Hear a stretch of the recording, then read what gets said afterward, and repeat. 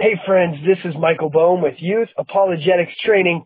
Today we're going to keep going with this series where we're talking about alleged Bible contradictions. There are many atheists out there on the internet that are claiming the Bible's filled with errors and thus it's not the Word of God. And so as this series progresses, we're going to just go through and explore all of these alleged Bible contradictions. Man, I'm getting tired of saying alleged. And we're going to solve them. And guys, once again, and I want to reiterate this as much as I can, it is the atheist's job to prove that there is no possible way to solve this alleged Bible contradiction, and thus it is a true contradiction, right? It is their burden of proof. The Bible has stood for thousands of years. It has been scrutinized for thousands of years. It's filled with prophecies. It's filled with history. It is filled with events that we can show happened. All right? And the Bible predicts the future and has been proven right over and over and over again. At this point, when an atheist comes to the table with an alleged Bible contradiction, it is their job. It is their burden of proof to show that that contradiction is irreconcilable.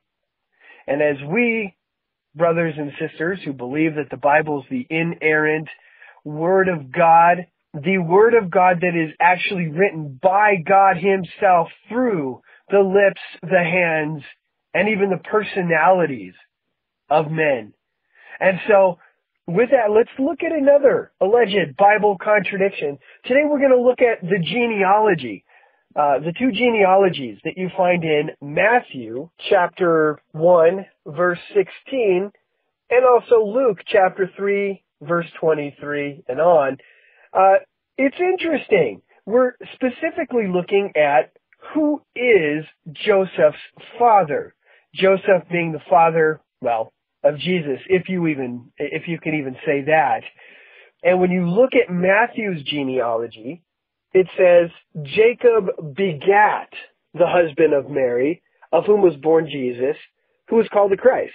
All right, so in Matthew, it flat out says that Jacob begat Joseph. All right, so at that point, you can't scoot around that one. We know for a fact Jacob is the father of Joseph. But in Luke 3:23 it says, and Jesus himself began to be about 30 years of age, being, as was supposed, the son of Joseph, which was the son of Heli. All right. Now that is confusing. So now we have Joseph has two fathers. He has Jacob and he has Heli. How do we solve this?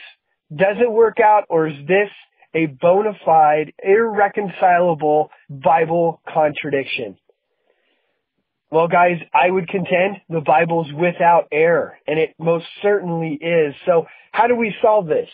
Well, when you look at the genealogies in Matthew and in Luke, they're different. They follow different family lines.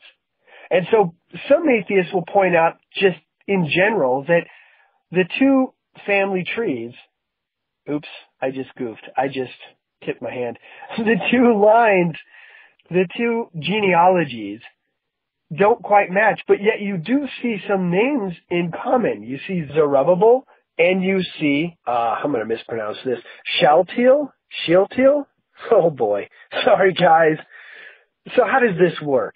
Well, upon looking into this a little bit closer, you're going to find that the book of Matthew, and this is not just in the genealogy, this is actually the focus of the book of Matthew all the way through. See, just about any good Bible commentary out there will tell you the book of Matthew is focusing on showing Jesus as the Jewish Messiah.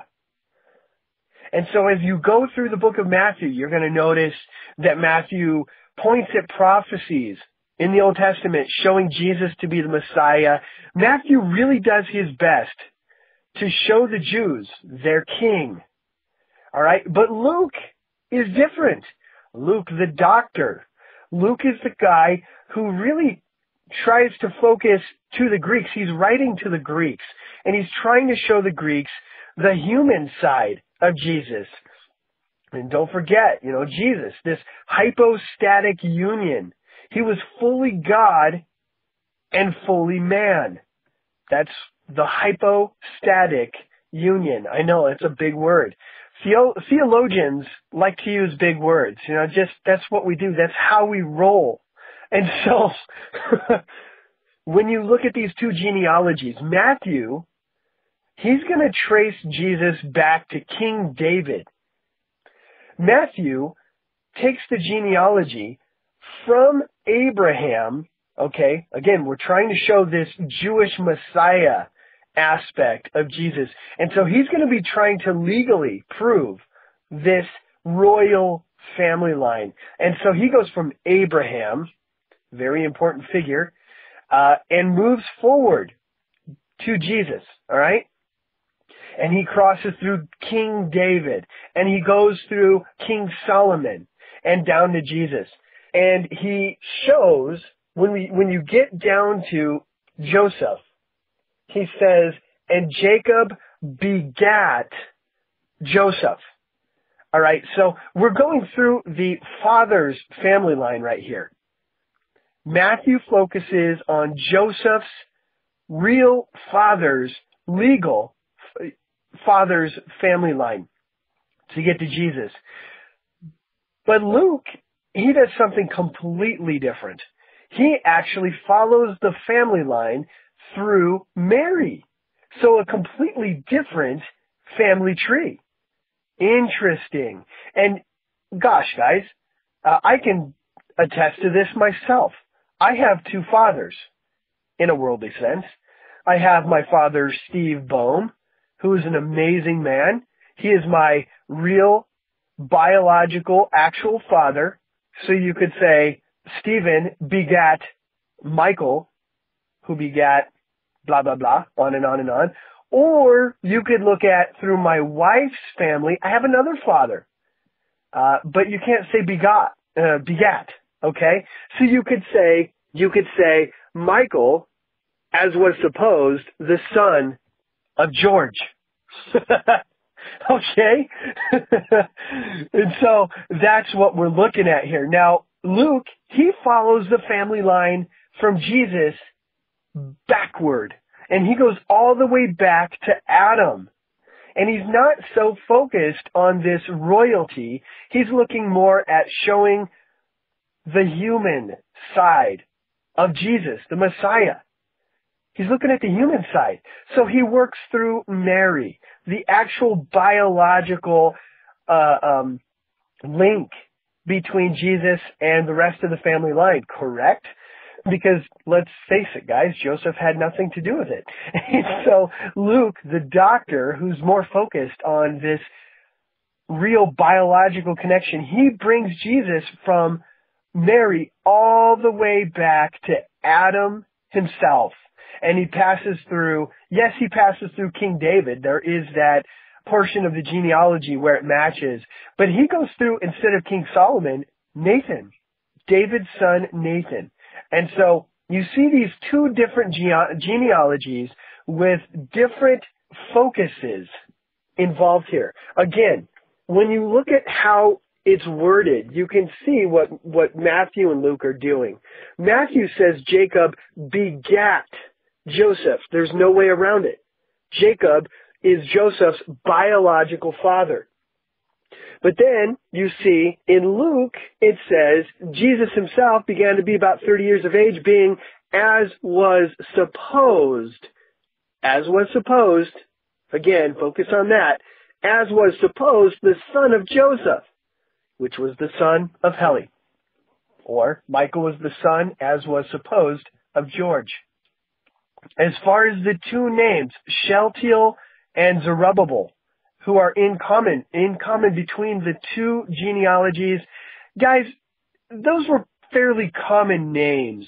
And so to have those two names show up in both genealogies, it's not a big deal. I mean, it's like Mike. We're a dime a dozen. How many of you out there, my listeners, are named Mike? I know of many of you named Mike. And so having a couple names in common is not a big deal. So there you have it.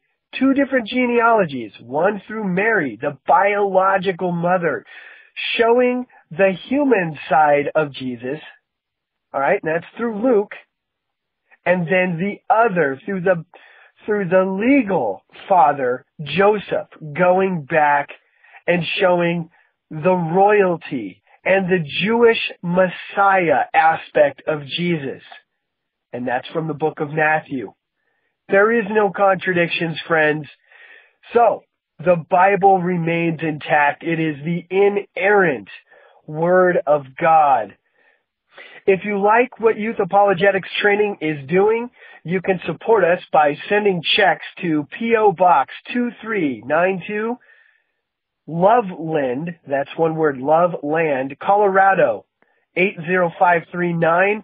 Come out to the website, youthapologeticstraining.com, and there, guys, you can leave comments and questions. I absolutely want to talk to you. You can also hook up with me on Facebook, Google+, and Twitter. And with that, I love you guys, and I'll see you tomorrow.